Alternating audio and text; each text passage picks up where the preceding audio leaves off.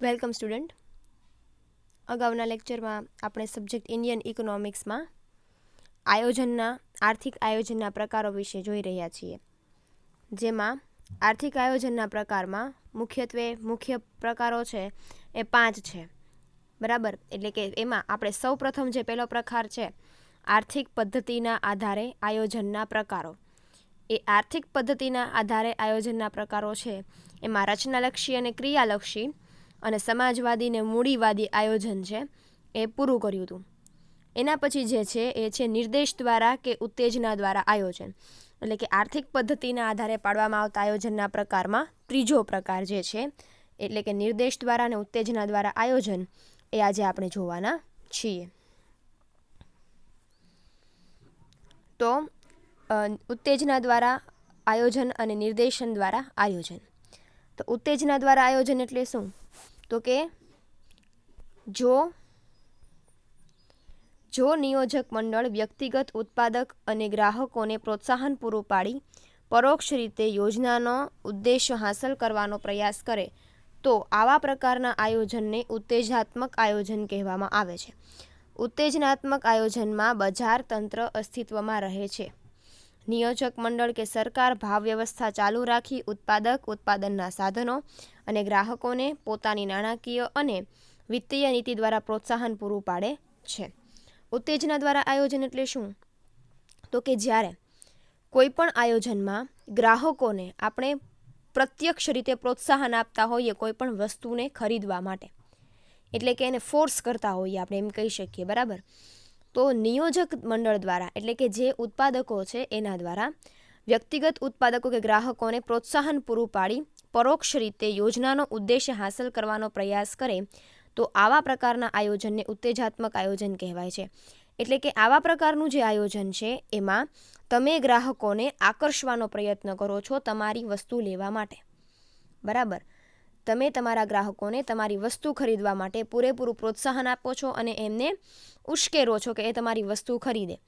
અને તમે તમારો ધ્યેય જે હાંસલ કરો છો, જ્યાં એ હાંસલ કરવાનો જે પ્રયાસ કરો છો એવા આયોજનને ઉત્તેજના દ્વારા આયોજન કહેવાય.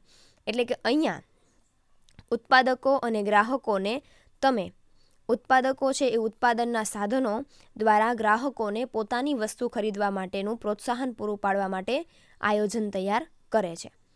વ્યાજના દરમાં ફેરફાર કરીને નાણાંને સસ્તું કે મોંઘું બનાવી, કરવેરા નાખીને સબસિડી આપીને અમુક વસ્તુ કે સેવાનું ઉત્પાદન કે ઉપભોગ કરવા કે ન કરવા અંગે માર્ગદર્શન આપે છે. તમે ગ્રાહકોને વસ્તુ છે કે નાણાં છે એ સસ્તું કે મોંઘું, નાણું સસ્તું કે મોંઘું એટલે અહીંયા એનો મતલબ એમ છે કે તમે બેન્કો છે એ પોતાના વ્યાજ દરોમાં ફેરફાર કરીને ગ્રાહકોને ઉશ્કેરે છે કે એ નાણું છે એ લે, લોન ઉપર નાણાં લે. એટલે કે નાણું મોંઘું કે સસ્તું બનાવીને. વ્યાજના દર જેમ ઊંચા હોય એમ વ્યક્તિઓ લોન ઓછી લેશે, વ્યાજના દર જેમ નીચા હોય એમ વ્યક્તિઓ લોન વધારે લેશે. તમે ઉત્પાદક તરીકે ગ્રાહકોને પ્રત્યક્ષ રીતે કોઈ પણ પરોક્ષ રીતે ઇનડાયરેક્ટલી, પરોક્ષ એટલે શું થાય? ગુજરાતીમાં પરોક્ષ થાય, ઇંગ્લિશમાં ઇનડાયરેક્ટલી થાય. ઇનડાયરેક્ટલી તમે ગ્રાહકોને ફોર્સ કરો છો કે એ તમારી વસ્તુને ખરીદે. એટલે કે વ્યાજના દરોમાં ફેરફાર કરીને નાણું મોંઘું કે સસ્તું બનાવવું. વ્યાજ જેમ વધે એમ નાણું મોંઘું બને, લોન મોંઘી બને, અને વ્યાજનો દર જેમ ઘટે એમ લોન સસ્તી બને. તો આવા બધા જે છે, આવા બધા પ્રલોભનો છે, આવા બધા પ્રોત્સાહનો છે જે તમે ગ્રાહકોને આપો છો, એને ઉશ્કેરો છો જેથી એ તમારી વસ્તુ ખરીદવા માટે તૈયાર થાય. કરવેરા નાખીને સબસિડી આપીને અમુક વસ્તુ કે સેવાઓના ઉપભોગ અંગે ગ્રાહકોને માર્ગદર્શન આપો છો. ઉત્તેજના દ્વારા થતા આયોજનની સમજૂતી દ્વારા થતું આયોજન કહી શકાય, કારણ કે અહીં વિનંતીનો ઉપયોગ કરવામાં આવે છે. ઉત્તેજના દ્વારા આયોજનમાં ઉત્પાદક છે એ ગ્રાહકને પોતાની વસ્તુ ખરીદવા માટે વિનંતી કરે છે, આગ્રહ કરે છે કે તમે તમારી વસ્તુ ખરીદે, એ તમારી વસ્તુને ખરીદે એવું ઉત્પાદક ગ્રાહકને આગ્રહ કરે છે. એટલે કે ઉત્તેજાત્મક આયોજન જે છે એ વિનંતી સ્વરૂપનું આયોજન છે. આથી આવા પ્રકારના આયોજનમાં લોકશાહીના મૂલ્યો જળવાઈ રહે છે અને અહીં લોકો પાસે ફરજિયાત રીતે કોઈ કાર્ય કરાવાતું નથી. ડિપેન્ડ છે લોકો ઉપર કે અહીંયા ગ્રાહકને પોતાની વસ્તુ ખરીદવી કે નહીં, એ ગ્રાહકો ઉપર આધારિત છે. ગ્રાહકો પાસે કોઈ પણ કાર્ય છે એ ફરજિયાતપણે ફોર્સફુલી કરાવવામાં આવતું નથી. દરેક સ્વતંત્ર રીતે પોતાની ઈચ્છા પ્રમાણે ઉત્પાદનનો ઉપભોગ કરે છે. એટલે કે ઉત્પાદક પોતાની રીતે પોતાનું ઉત્પાદન કરે છે અને ગ્રાહક છે એ વસ્તુનો ઉપભોગ એટલે કે ઉપયોગ કરે છે. સરકાર આમ છતાં સરકાર દ્વારા એવા આકર્ષણ કે પ્રલોભનો, પ્રોત્સાહનો અને ઉત્તેજનો ઊભા કરવામાં આવે છે કે જેથી તેઓ અમુક વસ્તુ કે સેવાનું ઉત્પાદન કે ઉપભોગ કરવા આકર્ષાય કે લલચાય. અથવા તો ગ્રાહક, અહીંયા જે સરકાર છે ઉત્તેજના દ્વારા જો સરકાર આયોજન કરતી હોય તો સરકાર છે એ મહત્તમ એવા બધા પ્રકારના પ્રોત્સાહનો કે આકર્ષણો એવા બધા કરે છે કે જેથી ઉત્પાદક વધુને વસ્તુ ઉત્પાદન કરવા માટે પ્રેરાય અને ગ્રાહક છે વધુને વધુ વસ્તુ છે એ ખરીદવા માટે પ્રેરાય. એટલે કે ઉત્તેજના દ્વારા જે આયોજનનું પ્રકાર છે આર્થિક દ્રષ્ટિએ જોવા જઈએ તો ઉત્તેજના દ્વારા આયોજનનો પ્રકાર એ એવો પ્રકાર છે કે જેમાં સરકાર જે છે એ કોઈપણ રીતે પ્રત્યક્ષ રીતે કે પરોક્ષ રીતે ગ્રાહકોને કે ઉત્પાદકોને ઉત્તેજન આપે છે વસ્તુનું ઉત્પાદન કરવા માટે અને ગ્રાહકને વસ્તુનો ઉપભોગ એટલે કે ઉપયોગ કરવા માટે ફોર્સ કરે છે. ફોર્સ ડાયરેક્ટલી નથી કરતા પણ ઇનડાયરેક્ટલી કરે છે. તો આવા પ્રકારનું જે આયોજન હોય એને ઉત્તેજના દ્વારા આયોજન કહેવાય.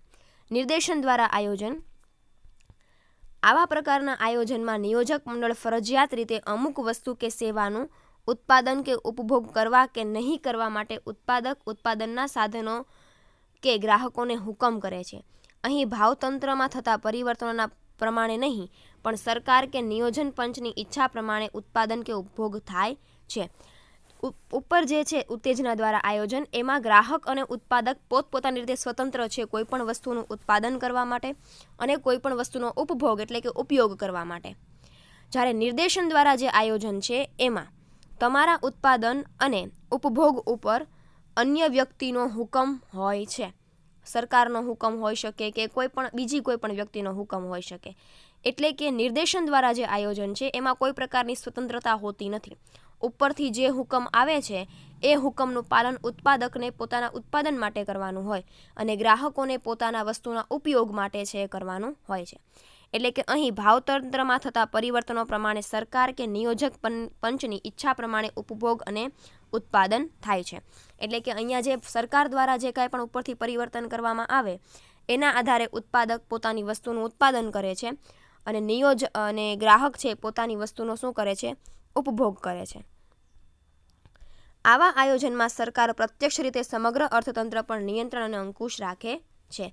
તો કે આવા પ્રકારનું જે અર્થતંત્ર છે એમાં સરકાર જે છે ડાયરેક્ટલી કે ઇનડાયરેક્ટલી પોતાનો અંકુશ છે એ બધી પેઢી ઉપર ઉત્પાદન માટે રાખે છે અને ગ્રાહકો ઉપર એ ઉત્પાદનનો ઉપભોગ એટલે કે ઉપયોગ કરવા ઉપર પણ સરકાર છે અમુક અંશે અંકુશ રાખે છે. જ્યારે ઉત્તેજના દ્વારા આયોજનમાં સરકાર કોઈ પ્રકારનો અંકુશ રાખતી નથી પણ ગ્રાહકોને અને ઉત્પાદકને જે તે વસ્તુનું ઉત્પાદન કરવા માટે પ્રોત્સાહન પૂરું પાડે છે અને તે રીતે ધારેલા લક્ષ્યાંકો પ્રાપ્ત કરવા માટેનો સીધા પ્રયાસો કરે છે. અહીં વિનંતી કે સમજૂતી નહીં પણ આદેશ કે હુકમનો ઉપયોગ થાય છે. આથી વ્યક્તિગત સ્વતંત્રતા અને નિયંત્રણ આવે છે અને સત્તાનું કેન્દ્રીકરણ થાય છે. એટલે કે નિર્દેશન દ્વારા જે આયોજન છે એમાં તમને કોઈ વિનંતીનો ભાવ જોવા મળતો નથી. અહીંયા જે ભાવ છે એ હુકમનો ભાવ જોવા મળે છે અને અહીંયા સત્તાનું કોઈ એક વ્યક્તિના હાથમાં કેન્દ્રીકરણ થાય છે. એટલે કે કોઈ એક વ્યક્તિના હાથમાં તે બધું કંટ્રોલ કરવાની છે એ સત્તા હોય છે. કારણ કે શું કામ? તો કે ભાઈ અહીંયા જે નિર્ણયો છે એ સરકાર પોતાના આધારે, પોતાની પરિવર્તનના આધારે જે તે ઉત્પાદકને ઉત્પાદન માટે ને જે તે ગ્રાહકને ઉપભોગ માટે સરકાર દ્વારા જે કાંઈ પણ નિયમો હોય છે એનો હુકમ હોય છે સરકારનો, એને પાલન કરવું પડે છે અને સરકાર એના જે લક્ષ્યાંકો છે એ પોતાની રીતે સિદ્ધ કરે છે. એટલે કે નિર્દેશન દ્વારા જે આયોજન છે એમાં વ્યક્તિગત સ્વતંત્રતા હોતી નથી પરંતુ ઉપરથી જે કાંઈ પણ પ્રકારે સત્તા હોય એ તમને જે કાંઈ પણ પ્રકારે હુકમ આપે એ પ્રમાણે અહીંયા જે છે એ કામ થાય છે. એટલે કે ઉત્તેજના દ્વારા આયોજન અને નિર્દેશન દ્વારા આયોજન છે એનો અર્થ આવો થાય છે. હવે નિર્દેશન દ્વારા જે આયોજન છે એના લાભ અને એના ગેરફાયદાઓ એટલે કે એના લાભ અને ટીકાઓ એ બંને છે અને એ બંને તમારે જોવાનું છે. અને જે વચ્ચેનો પેરેગ્રાફ છે એ ઉપર જે પેરેગ્રાફ છે એનું તમને નીચેથી થોડું ઘણું એક્ઝામ્પલ દ્વારા શું આપી છે? સમજૂતી આપી છે જે તમારે માત્ર વાંચવાની છે. માત્ર તમારે યાદ રાખવાનું હોય તો એ દરેક આયોજનના પ્રકારનો અર્થ શું છે એ તમારે વધારે યાદ રાખવું પડે. હવે નિર્દેશન દ્વારા આયોજન છે એને આદેશાત્મક આયોજન કે આયોજન પણ કહેવામાં આવે છે. નિર્દેશન દ્વારા જે આયોજન છે એને આદેશાત્મક આયોજન પણ કહેવાય છે. તો આદેશાત્મક એટલે કે નિર્દેશાત્મક કે આદેશાત્મક આયોજનના ફાયદાઓ અને ટીકાઓ આ બે વસ્તુ છે એ તમારે વધારે થોડીક ડિટેલમાં આવે છે. એટલે કે આ આયોજનનો જે પ્રકાર છે એ તમારે થોડોક ડિટેલમાં આવે છે. તો આદેશાત્મક આયોજનના ફાયદાઓ તો કે ભાઈ જે આદેશાત્મક કે નિર્દેશાત્મક આયોજનના ફાયદાઓ. આદેશ દ્વારા થતા આયોજનથી ઉત્પાદનના સાધનોની પ્રત્યક્ષ વહેંચણી થાય છે. ધારેલા લક્ષ્યાંકો ખૂબ જ કાર્યક્ષમતાથી હાંસલ કરવાના પ્રયાસો થાય છે. આયોજકો જ્યારે કોઈ પ્રશ્ન કે મુશ્કેલી ઊભી થાય છે ત્યારે તરત જ તેનો ઉકેલ લાવી દે છે. આદેશાત્મક આયોજન છે એટલે કે નિર્દેશાત્મક આયોજન છે. એ નિર્દેશાત્મક આયોજન છે એમાં સરકારનો બધી જ બાબતો ઉપર પોતાનો અંકુશ હોય છે. એટલા માટે એને જે લક્ષ્યાંકો જે રીતે પ્રાપ્ત કરવા હોય, જે લક્ષ્ય અને હેતુઓ નક્કી કર્યા હોય એ હેતુઓ સરળતાથી પ્રાપ્ત કરી શકે છે. ઉપરાંત પોતે કરેલા આયોજનમાં જો કોઈ પણ પ્રકારની ભૂલ હોય, મુશ્કેલીઓ આવે, પ્રશ્નો આવે તો એનું સોલ્યુશન પણ એ તરત લાવે છે, કારણ કે એને ખબર છે કે એણે પોતે કેવી રીતે આયોજન બનાવ્યું છે અને એનો અમલ કેવી રીતે કર્યો છે. એનો હુકમથી અમલ કર્યો છે, પોતે પોતાની ઈચ્છા પ્રમાણે, પોતાના લક્ષ્યાંકો પ્રમાણે, પોતાના હેતુઓ પ્રમાણે બીજા પાસે એ આયોજનનું પાલન કરાવ્યું છે. એટલે ભવિષ્યમાં કોઈ પ્રકારનો પ્રશ્ન કે મુશ્કેલીઓ આવે તો એનું તરત સોલ્યુશન પણ આદેશાત્મક કે નિર્દેશાત્મક આયોજનમાં તરત મળે છે. આવા પ્રકારના આયોજનમાં કોઈ પણ પ્રકારનો અસહકાર ચલાવી લેવામાં આવતો નથી. પરિણામે એ આવે છે કે ગમે તે ભોગે યોજનાનો ઉદ્દેશ્ય હાંસલ કરી શકાય છે. અહીંયા કોઈ પણ પ્રકારનો અસહકાર તમારી સાથે કામ કરતા કર્મચારીઓ હોય, આયોજન તૈયાર કરતી વખતે તમે હુકમ દ્વારા અહીંયા આયોજન કરાવો છો એટલા માટે તમને બધાનો સહકાર છે એ પૂરતા પ્રમાણમાં મળશે. કોઈ એક વ્યક્તિનો પણ આયોજનમાં લક્ષ્ય હાંસલ કરવામાં સહકાર ન હોય એવું અહીંયા બનતું નથી. દરેક લોકો સહકારથી પોતાનું કામ છે કરે છે. એટલે તમે આ નિર્દેશાત્મક કે આદેશાત્મક આયોજનમાં ઉદ્દેશો પણ સરળતાથી હાંસલ કરી શકો છો. એક વખત પ્રાથમિકતાઓ નક્કી કર્યા પછી, લક્ષ્યાંકો નિર્ણિત કર્યા પછી પાછળથી તેમાં કોઈ ફેરફાર કે વધારો ઘટાડો કરવામાં આવતો નથી. આમ આવા આયોજનમાં એક પ્રકારની દૃઢતા જોવા મળે છે. નિર્દેશાત્મક આયોજન છે એમાં આવા પ્રકારના આયોજનમાં શું જોવા મળે છે તો કે ભાઈ અહીંયા પરિસ્થિતિ બદલાય એમ તમે તમારા આયોજનમાં ફેરફાર કરતા નથી, વધારો ઘટાડો કોઈ બાબતમાં કરતા નથી. જે કાંઈ પણ આયોજન તમે તૈયાર કર્યું છે એના ઉપર દૃઢપણે તમે એનું શું કરો છો, પાલન કરો છો. એટલા માટે જ એને આદેશાત્મક કે નિર્દેશાત્મક આયોજન કહેવાય છે, કારણ કે અહીંયા હુકમથી કામ લેવામાં આવે છે. અહીંયા તમે ઓર્ડરથી કામ લ્યો છો. એમાં કોઈ પ્રકારનો ફેરફાર કે વધારો ઘટાડો તમે પાછળથી કરતા નથી. ભલે તમારા ઉદ્દેશ તમે જે નક્કી કર્યા હોય એના આધારે જ તમે તમારું આયોજન બનાવ્યું છે. એટલે પાછળથી કોઈ વધારો ઘટાડો કે ફેરફાર આવા પ્રકારના આયોજનમાં બહુ ઓછા આવે છે. અહીં ઉદ્યોગપતિ કે વેપારીઓ, મજૂરો કે ગ્રાહકોનું શોષણ કરી શકાતું નથી. ખાનગી ઉત્પાદકો પોતાની સ્વતંત્ર ઈચ્છા પ્રમાણે ઉત્પાદન કરી શકતા નથી. પરિણામે આવક અને સંપત્તિની અસમાનતા રહેતી નથી. આવા પ્રકારનું જે આયોજન હોય એમાં નથી ગ્રાહકનું શોષણ થતું, કોઈ મજૂરોનું પણ શોષણ નથી થતું. શું કામ? તો કે ઉપરથી સરકારે જે કાંઈ પણ નિયમો કે નિયંત્રણો રાખ્યા છે એ જ નિયમો કે નિયંત્રણોના આધારે તમારે આગળ કામ કરવાનું છે. એટલે કે અહીંયા ઉદ્યોગપતિ જે ખાનગી ક્ષેત્રે કે જાહેર ક્ષેત્રે બધા માટે એક જ નિયમ લાગુ પડે છે. એટલે કોઈ પણ ક્ષેત્રે કોઈ પણ મજૂરોનું કે ગ્રાહકોનું કોઈ શોષણ કરી શકતું નથી. અને પરિણામે બધા વર્ગો વચ્ચે આવકની વહેંચણી કેવી થાય છે? સમાન થાય છે. એટલે કે બધા લોકો વચ્ચે એક પ્રકારે સમાનતા જોવા મળે છે. કોઈ ઊંચું, કોઈ નીચું એવા પ્રકારનો ભેદભાવ અહીંયા જોવા મળતો નથી. આવા પ્રકારના આયોજનમાં આવતી મુશ્કેલીઓની આગાહી વધુ સારી રીતે કરી શકાય છે. ખામીઓ શોધી શકાય છે. ભૂલો માટેની જવાબદારીઓ નિયત વ્યક્તિઓ પર મૂકી શકાય છે. અને કેટલાક લોકોમાં મત પ્રમાણે બંને પ્રકારની પદ્ધતિઓમાંથી આ પદ્ધતિ વધુ સારી છે. એટલે કે આદેશાત્મક અને નિર્દેશાત્મક બે પ્રકારના ઉત્તેજનાત્મક અને નિર્દેશાત્મક બે પ્રકારના આયોજનમાંથી અમુક લોકોનું માનવું એવું છે કે નિર્દેશાત્મક આયોજન છે વધારે સારું છે. શું કામ?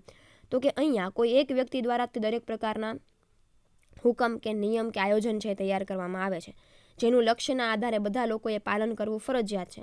એટલે કે અહીંયા કોઈ પણ વ્યક્તિ સાથે ભેદભાવ થતો નથી. અને કોઈ પણ પ્રકારની ભૂલ હોય, ખામી હોય તો એ પણ ઝડપથી શોધી શકાય છે. અને જે તે વ્યક્તિ એની માટે જવાબદાર હોય એ પણ અહીંયા સરળતાથી ખબર પડી જાય છે. એટલે કે જવાબદારીઓ નિયત વ્યક્તિઓ પર મૂકી શકાય. જો કોઈ પણ પ્રકારની ભૂલ થઈ હોય કોઈ વ્યક્તિથી તો અહીંયા ડાયરેક્ટ તમે જવાબદારીઓ નક્કી કરી શકો છો કે કોના દ્વારા કઈ પ્રકારની ભૂલ કરવામાં આવી છે. એટલે નિર્દેશાત્મક આયોજન છે એ એના ફાયદાઓ છે એ આવી રીતના હોય છે. હવે આપણે જોઈએ નિર્દેશાત્મક આયોજનની ટીકાઓ એટલે કે એના ગેરફાયદાઓ. એમાં પહેલું છે સરમુક્તાશાહી અને અમલદારશાહી પેદા થાય છે. સરમુક્તાશાહી અને અમલદારશાહી એટલે શું? તો કે અહીંયા નિર્ણયકરણ છે એ કોઈ એક વ્યક્તિ દ્વારા છે કરવામાં આવે છે. બરાબર? એટલે નિર્ણયકરણ એક વ્યક્તિ દ્વારા કરવામાં આવે એટલે એક પ્રકારે આયોજન કેવું થઈ જાય તો કે ભાઈ એક જ વ્યક્તિના નિયમ માનવાના હોય, એક જ વ્યક્તિનું કીધું કરવાનું હોય તો એક પ્રકાર અમલદારશાહી, સરમુખત્યારશાહી જેવું થઈ જાય એમ. તો પહેલી ટીકા જે છે એ છે આદેશાત્મક આયોજન સરમુખત્યારશાહી રાજ્યમાં જ સફળ થાય છે. એટલે કે સરમુખત્યારશાહી એટલે શું તો કે જ્યાં સત્તા કોઈ એક ચોક્કસ વ્યક્તિના હાથમાં હોય એને સરમુખત્યારશાહી કહેવાય. એટલે કે જે દેશની અર્થવ્યવસ્થા એવા પ્રકારની હોય કે જ્યાં આયોજનનું કામ, કંટ્રોલ કરવાનું કામ, અંકુશ કરવાનું કામ બધું કોઈ એક વ્યક્તિના હાથમાં હોય ત્યાં આ પ્રકારનું આયોજન છે વધારે સફળતાથી કામ કરે છે. કારણ કે યોજનાઓના લક્ષ્યાંક હાંસલ કરવાથી ગ્રાહકોની પસંદગી પર નિયંત્રણ મૂકવું પડે છે, ઉત્પાદન અંકુશિત કરવું પડે છે, મજૂરો અને વ્યવસાય પસંદ કરવાની સ્વતંત્રતા રહેતી નથી, સત્તાવાળાના આદેશ પ્રમાણે નિયત વેતન દરે નક્કી કરેલા ઉદ્યોગમાં કામ કરવાની ફરજ પાડવામાં આવે છે. કોઈપણ યોજના તૈયાર કરવા માટે હજારો પ્રકારની માહિતીઓના આંકડાઓ એકઠા કરીને ગોઠવવા પડે છે.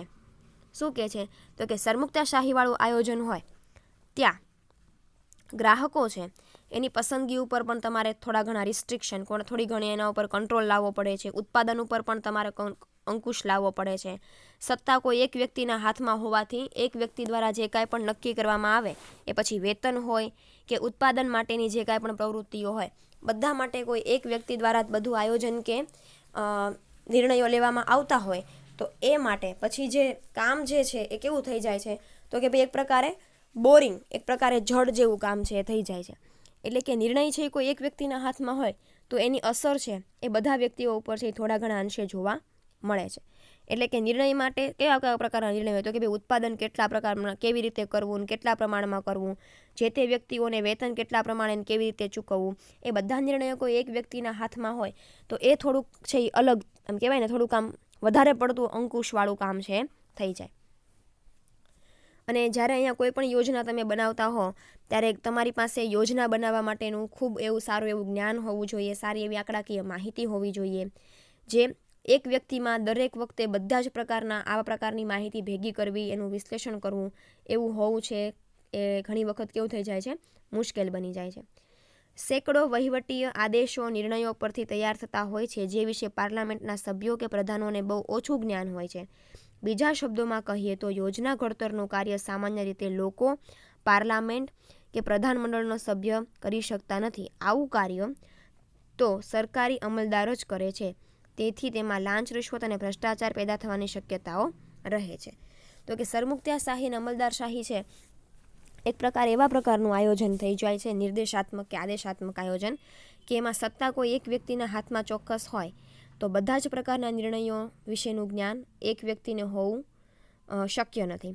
બીજું કે જે કાંઈ પણ પાર્લામેન્ટ, કોઈ એક ચોક્કસ પાર્લામેન્ટ કે કોઈ એક ચોક્કસ સમૂહ જ્યારે યોજનાનું ઘડતર કરતા હોય ત્યારે પણ એ આખા સમૂહ પાસે બધા જ પ્રકારનું જ્ઞાન હોય એવું જરૂરી નથી. અમુક અંશે બહારના વ્યક્તિઓ પણ હોવા જોઈએ કે જે તમારા આયોજન માટેના નિર્ણયો લઈ શકે. અને ત્યારે જો આવા પ્રકારનું હોય ત્યાં પછી લાંચ અને રિશ્વતના જે કિસ્સાઓ છે એ શું થાય છે વધી જાય છે. એટલે પહેલી ગેરફાયદો શું છે સરમુખત્યારશાહી અને અમલદારશાહી પેદા થાય છે. બીજું આવું આયોજન જડ બને છે.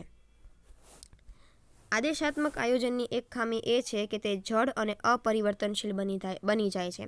એક વખત આયોજન સત્તાવાળાઓએ યોજના તૈયાર કરી તેને આખરી સ્વરૂપ અપાયા પછી તેમાં કોઈ ફેરફાર કરવો મુશ્કેલ બને છે.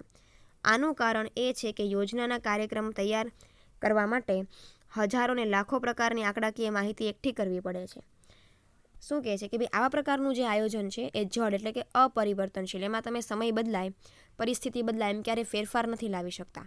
કોઈ એક વખત કોઈ એક ચોક્કસ સત્તા જે એમની પાસે છે આયોજન બનાવવાની, એણે જ્યારે કોઈ એક વખત આયોજન તૈયાર કરી નાખ્યું, એનું કાર્ય પૂરું કરી નાખ્યું પછી એમાં તમે કોઈ ફેરફાર નથી લાવી શકતા. હવે આયોજન છે એવા પ્રકારનું આયોજન હોવું જોઈએ કે પરિસ્થિતિમાં ફેરફાર આવે એમ તમારે તમારા ધંધા માટેના આયોજનમાં પણ ફેરફાર લાવવો પડે. અર્થતંત્રમાં તેજી મંદી આવે એમ તમારે તમારી અર્થવ્યવસ્થાને આધારે આયોજનમાં પણ શું કરવું પડે ફેરફાર કરવો પડે. જ્યારે નિર્દેશાત્મક કે આદેશાત્મક આયોજન છે એમાં તમે ફેરફાર નથી લાવી શકતા, અપરિવર્તનશીલ છે, બરાબર. અને આનું કારણ એ છે કે એક વખત તમે આયોજન તૈયાર કરો છો ત્યારે તમે બહુ મોટા પ્રમાણમાં માહિતી એકઠી કરો છો. આ બધાના આધારે ઉત્પાદન વિકાસ કાર્યક્રમો નક્કી કરવામાં આવ્યા હોય છે. ત્યાર પછી તેના આંકડા કાર્યક્રમોમાં કોઈ ફેરફાર કરવો એટલે સમગ્ર યોજનામાં ફેરફાર કરવો પડે છે. આ કાર્ય ઘણું મુશ્કેલ બને છે. એક વખત તમે મોટા પ્રમાણમાં આંકડાકીય માહિતી ને બધું ભેગું કરો પછી તમે એમાં લાંબા ગાળે સુધી તમારે એ આયોજન સાથે કામ કરવું પડે છે. એટલા માટે આ પ્રકારનું આયોજન છે શું છે? જડ છે. એટલે કે એમાં કોઈ ફેરફાર, સમય બદલાય, પરિસ્થિતિ બદલાય, એમ તમે એમાં ફેરફાર નથી લાવી શકતા, અપરિવર્તનશીલ છે. હવે જો તમારે ફેરફાર લાવવો હોય, આખી યોજના, તમારે કોઈ પણ આયોજનની નાની અમથી પ્રવૃત્તિમાં પણ ફેરફાર લાવવો હોય તો પાછી બધી પ્રક્રિયા ફરીથી કરવી પડે, યોગ્ય આંકડાકીય માહિતી ગોતવી પડે, એ બધું ફરીથી કરવું પડે, જે કામ કેવું બની જાય, ખૂબ મુશ્કેલ બની જાય છે. તેથી યોજનામાં ફેરફાર કરવાની માંગણી અને ગમે તેટલી વ્યાજબી હોય તો પણ સત્તાવાળાઓ વિરોધ કરે છે અને એક વખત યોજના તૈયાર કર્યા પછી તેને વળગી રહેવું પડે છે. તો કે આદેશાત્મક કે નિર્દેશાત્મક આયોજનમાં એક વખત તમે યોજના બનાવો પછી એમાં કોઈ ફેરફાર લાવી શકતા નથી. જે પ્રમાણે જે આયોજન બનાવ્યું છે એ પ્રમાણે તમારે એને પાલન કરવું પડે છે. એટલા માટે એક જડ છે એ એની બીજી ટીકા છે. ત્રીજું જે છે એ છે આદેશાત્મક આયોજન. એ છે એટલે કે આવું આયોજન જે છે એ અપૂર્ણ છે. આદેશાત્મક આયોજન અપૂર્ણ રહે છે. આનું કારણ એ છે કે આધુનિક અર્થવ્યવસ્થામાં બહુ સંકુલ અને ગૂંચવણ ભરેલી હોય છે. અર્થતંત્રના બધા જ ક્ષેત્રોનું આયોજન કરવું એ લગભગ અશક્ય કાર્ય છે. નાની મોટી એક વસ્તુઓના ઉત્પાદન અને ઉપભોગ અને વહેંચણીનું કાર્ય કે આયોજન કરવું બહુ મુશ્કેલ કાર્ય થાય. લાખો વસ્તુઓ અને તેને લગતી લાખો વૈકલ્પિક વસ્તુઓના વિશેષ સંપૂર્ણ સાચા નિર્ણયો લેવાનું કાર્ય તદ્દન અશક્ય અને ઘણું મુશ્કેલ છે. એટલે શું કહે છે કે અહીંયા જે આયોજન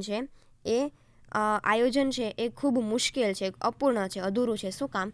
તો કે આપણી અર્થવ્યવસ્થા એટલી વિશાળ છે કે તમે કોઈ 1-2 માહિતીના આધારે આયોજન ક્યારે તૈયાર કરી શકતા નથી.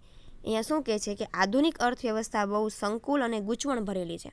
અત્યારની જે અર્થતંત્રની પરિસ્થિતિ છે એ ખૂબ ગૂંચવાયેલી છે, જેમાં તમે બધા જ ક્ષેત્રોનું એકસાથે આયોજન કરવું લગભગ કેવું છે? અશક્ય છે. કારણ કે ગમે ત્યારે ગમે તે આર્થિક પરિસ્થિતિ ફેરફાર થાય, બધી જ વસ્તુનું આયોજન કરવું એ ખૂબ અઘરું બની જાય છે. અને નાની મોટી એક વસ્તુઓના ઉત્પાદન કે ઉપભોગની વહેંચણીનું કાર્ય અને આયોજન કરવું એ ખૂબ મુશ્કેલ બને છે. બરાબર.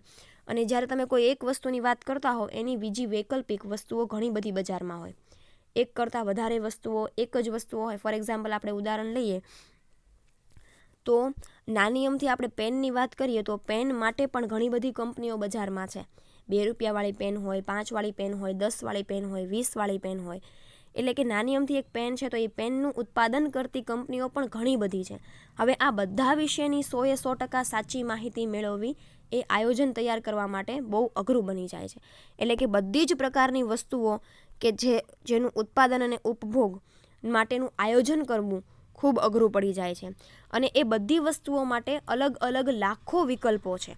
કોઈ એક વિકલ્પ નથી. આપણે એક પેનની વાત કરી એમાં આટલા બધા ઓપ્શન છે તો આપણે તો આખી અર્થવ્યવસ્થાના આયોજનના પ્રકારો વિશે જોઈએ છીએ તો એમાં પણ ઘણા બધા વિકલ્પો છે. અને એ દરેક વિકલ્પો માટે એક ચોક્કસ પ્રમાણમાં આયોજન નક્કી કરવાનું કામ છે એ ખૂબ લેન્ધી, ખૂબ મોટું છે, ખૂબ લાંબુ છે. એટલે આ પ્રકારનું આયોજન છે કેવું આયોજન છે? અપૂર્ણ આયોજન છે. હવે તમને અહીંયા લુઈસ કહે છે કે જો તમે ઘડિયાળનું ઉત્પાદન વધારવાની યોજના કરો તો તમારે ઘડિયાળની પૂરક બધી જ વસ્તુઓનું ઉત્પાદન વધારવાની યોજના તૈયાર કરવી પડશે. એટલે કે ઘડિયાળ બનાવવા માટે જરૂરી અને ઘડિયાળ સાથે વાપરવાની જરૂરી એવી બધી જ વસ્તુઓના ઉત્પાદનને વધારવું પડે. અહીંયા એને ઘડિયાળનું એક એક્ઝામ્પલ તમને આપ્યું. મેં તમને પેનની વાત કરી એમ એને તમને ઘડિયાળની એક્ઝામ્પલ આપ્યું છે કે ભાઈ તમે ઘડિયાળનું ઉત્પાદન કરવા માગતા હો તો ઘડિયાળના ઉત્પાદનની સાથે સાથે એ ઉત્પાદન માટે જેટલી બધી પૂરક વસ્તુઓની જરૂર હોય એ બધી જ વસ્તુઓ વિશેની તમારી પાસે માહિતી છે હોવી જોઈએ. એટલે કે ઘડિયાળ બનાવવા માટે જરૂરી બધી જ વસ્તુઓનું ઉત્પાદન તમારે વધારવું પડે જો તમે ઘડિયાળનું ઉત્પાદન કરતા હો તો. અને જ્યારે ઘડિયાળના વૈકલ્પિક વસ્તુઓનું ઉત્પાદન અને તે વૈકલ્પિક વસ્તુઓ બનાવવા માટે જરૂરી વસ્તુઓનું ઉત્પાદન ઘટાડવું પડશે. અને ઉપરાંત શું છે તો કે ભાઈ એની સાથે ઉપરાંત શું છે, કોઈ પણ વ્યક્તિ ઘડિયાળની બધી જ પૂરક અને હરીફ વસ્તુઓની સંપૂર્ણ યાદી તૈયાર કરી શકે નહીં, અને કરી શકે તો કાચા માલના કાર્યક્રમો તૈયાર કરવા પડે ને બધું જ અટપટું અને ગૂંચવણ ભરેલું પ્રક્રિયા છે. ઉપરાંત હરીફાઈમાં જેટલી પેઢીઓ કામ કરતી હોય બધા વિષયની માહિતી ભેગી કરવી પણ કેવી થઈ જાય છે, ખૂબ ગૂંચવણભરી અને અટપટી થઈ જાય છે. એટલે આ પ્રકારનું આયોજન કેવું આયોજન છે? અપૂર્ણ આયોજન છે. ચોથું, ભાગ્યે જ સફળ થાય એવું અને ખૂબ ખર્ચાળ છે. આ પ્રકારનું આયોજન છે શું છે? તો કે બધા જ પ્રકારના આયોજનમાં આ પ્રકારનું આયોજન છે કોક જ વખત સફળ થાય. આદેશાત્મક આયોજન વિશે એક ટીકા એ પણ કરવામાં આવે છે કે બહુ જલ્દી સફળ થતું નથી. આનું કારણ એ છે કે પરિસ્થિતિમાં ફેરફાર થવાના પરિણામે યોજના અપૂર્ણ બની જાય છે. કેન્દ્રિત આયોજન પંચ આદેશો આપે છે અને તેઓ બધાના પરિણામોની કલ્પના કરી શકે નહીં. આથી યોજના તૈયાર કરતી વખતે જે પરિસ્થિતિમાં લક્ષ્યાંકો નક્કી કરવામાં આવ્યા હતા તેમાં ફેરફાર થતાં ઉત્પાદન લક્ષ્યાંકો હાંસલ થઈ શકતા નથી. શું કહે છે કે તમે જે કાંઈ પણ આયોજન તૈયાર કરો છો એ આયોજન છે એ ખૂબ લાંબુ છે અને એટલા માટે એ દરેક અર્થવ્યવસ્થા માટે સફળ થાય એવું જરૂરી નથી. શું કામ? તો કે આનું કારણ એ છે કે પરિસ્થિતિમાં ફેરફાર આવે એમ તમારી યોજનામાં પણ તમારે ફેરફાર લાવવો પડે અને જ્યારે તમે ફેરફાર નથી લાવતા ત્યારે આ પ્રકારનું આયોજન છે કેવું બની જાય છે? આપણે હમણાં ઉપરની બીજા નંબરની ટીકા જોઈ કે આ પ્રકારનું આયોજન છે જડ બની જાય છે. અને આયોજનમાં એક સત્તા જે છે, આયોજન માટેના જે કાંઈ પણ નિર્ણયો લેવાની જે સત્તા છે એ કોઈ એક વ્યક્તિના હાથમાં હોય છે. એટલે કે શું કહે છે કે કેન્દ્રિત આયોજન આદેશ આપે છે પણ તેના બધા પરિણામોની કલ્પના કરી શકતા નથી. તમે આયોજન બનાવો છો પણ એ આયોજનનું ભવિષ્યમાં પરિણામ શું આવવાનું છે એ માટે બધા આયોજન માટે તમે અગાઉથી કલ્પના કરી શકતા નથી. અને બીજું શું કહે છે કે આથી યોજના તૈયાર કરતી વખતે આપણે જ્યારે યોજના તૈયાર કરી હોય ત્યારે જે પરિસ્થિતિ હોય ને એ પરિસ્થિતિના આધારે આપણે આપણા ધંધાના કે આયોજનના હેતુઓ નક્કી કર્યા હોય એમાં ફેરફાર છે એ આવી શકે છે જો તમારી પરિસ્થિતિ બદલાય તો. અને જ્યારે પરિસ્થિતિ બદલાય ત્યારે અહીંયા તમે આયોજનમાં કોઈ ફેરફાર લાવતા નથી. આયોજન જે તમે તૈયાર કર્યું છે એ પ્રમાણે જ કામ કરવું પડે છે. એટલે કે એનો કહેવાનો અર્થ એ છે કે પહેલાં જે પરિસ્થિતિમાં તમે લોકોએ હેતુઓ નક્કી કર્યા છે ત્યારે કંઈક પરિસ્થિતિ અલગ છે અને અત્યારે પણ એની પરિસ્થિતિ છે એ કંઈક અલગ છે. તો એમાં જે ફેરફાર છે એ આપણે બહુ ઓછા કરી શકીએ છીએ. દાખલા તરીકે એક ઔદ્યોગિક પેઢીના નજીકના વીજળીના કારખાનામાંથી વીજળી મેળવવાની પરવાનગી આપવામાં આવી પરંતુ કોઈ કુદરતી કે માનવ રચિત કારણોસર જો આ વીજળીનું કારખાનું તેને વીજળી પૂરી પાડી ન શકે અથવા તો યોગ્ય સમયે પૂરતા પ્રમાણમાં વીજળી આપી ન શકે તો તે ઔદ્યોગિક પેઢીનું ઉત્પાદન લક્ષ્યાંક હાંસલ થઈ શકાતું નથી. શું અહીંયા તમને એક ઔદ્યોગિક પેઢીને વીજળીના ઉત્પાદન માટેની જે એક્ઝામ્પલ છે આપ્યું છે કે કોઈ એક પેઢી છે પોતાની બાજુમાંથી કે પોતાની આજુબાજુના કારખાનામાંથી વીજળી મેળવવા માટેની પરવાનગી છે મેળવે છે. હવે કંઈક એવું કુદરતી કારણ આવ્યું છે એમ કે પૂર આવી જવું, ધરતીકંપ આવી જવું કે કોઈ બીજી અન્ય કોઈ માનવ રચિત કારણોસર તમને એ કારખાનાવાળા વીજળીનો પુરવઠો છે એ પૂરો પાડી શક્યા નથી તો તમારું ઉત્પાદન છે એ ન થાય. તો તમે તમારો જે હેતુ છે એ હાંસલ કરી શકો નહીં. પહેલાં જે પરિસ્થિતિમાં તમારી વચ્ચે પરવાનગી લેવાની જે પ્રોસેસ થઈ હતી ત્યારે પરિસ્થિતિ કંઈક અલગ હતી ને અત્યારે પણ પરિસ્થિતિ છે એ કંઈક અલગ છે. કુદરતી આફત આવી જાય તો એમાં તમારો કે મારો કોઈનો અંકુશ હોતો નથી. તો આવું થાય છે. આ વખતે કદાચ પેઢી ક્રૂડ ઓઇલ કે કોલસો કે બીજા અન્ય બળતણ સાધનો માટે પ્રયાસ કરે પણ તે મળી શકે નહીં કારણ કે તેની પહેલેથી જ વહેંચણી થઈ ગઈ હોય. આમ કેન્દ્રિત આયોજનમાં આવી મુશ્કેલીઓ હંમેશા ઊભી થાય તો ધારેલા લક્ષ્યાંકો આપણે પ્રાપ્ત કરી શકતા નથી. તો કે આવી રીતે કોઈ અનિશ્ચિત કારણ આવી જાય. હવે કદાચ ચાલો આપણે વીજળીના ઉત્પાદન વીજળી દ્વારા નહીં પણ કોઈ કોલસો કે બીજા કોઈ અન્ય સાધનો દ્વારા પણ વીજળી છે ઉત્પન્ન કરી લઈએ પણ દર વખતે પણ ત્યારે આપણને એ વસ્તુ મળવી મુશ્કેલ થઈ જાય ને કારણ કે આપણે તો વીજળીને ધ્યાનમાં રાખીને આપણે ઉત્પાદનના લક્ષ્યાંકો નક્કી કર્યા હતા. હવે એ સમય દરમિયાન આપણે પેટ્રોલ છે, કોલસો છે કે કોઈ ક્રૂડ ઓઇલની મદદથી આપણે ઉત્પાદન કરવું હોય તો એની ફાળવણી તો ઓલરેડી બીજા કોકને થઈ ગઈ હોય. તો ત્યારે પરિસ્થિતિ કંઈક અલગ આવી જાય, આવી રીતે અલગ પરિસ્થિતિ આવી જાય ત્યારે આયોજન છે એ કામ કરતું નથી. એટલે કે આપણે જે લક્ષ્યાંકો નક્કી કર્યા હોય એને મેળવવા કેવા થઈ જાય છે? અઘરા થઈ જાય છે. આ હતી એની ટીકાઓ. એટલે કે ટોટલ 4 ટીકાઓ છે, બરાબર, અને એના ફાયદાઓ આપણે ઉપર જોયા. નેક્સ્ટ લેક્ચરમાં હવે પછીના આપણે જોયું હતું નિર્દેશાત્મક આયોજનના ફાયદા અને ગેરફાયદા. હવે પછીના લેક્ચરમાં આપણે જોવાનું છે કે ઉત્તેજનાત્મક આયોજનના ફાયદા અને ગેરફાયદા. ઓકે, તો આજના લેક્ચર માટે આપણે આટલું રાખીએ છીએ. Thank you.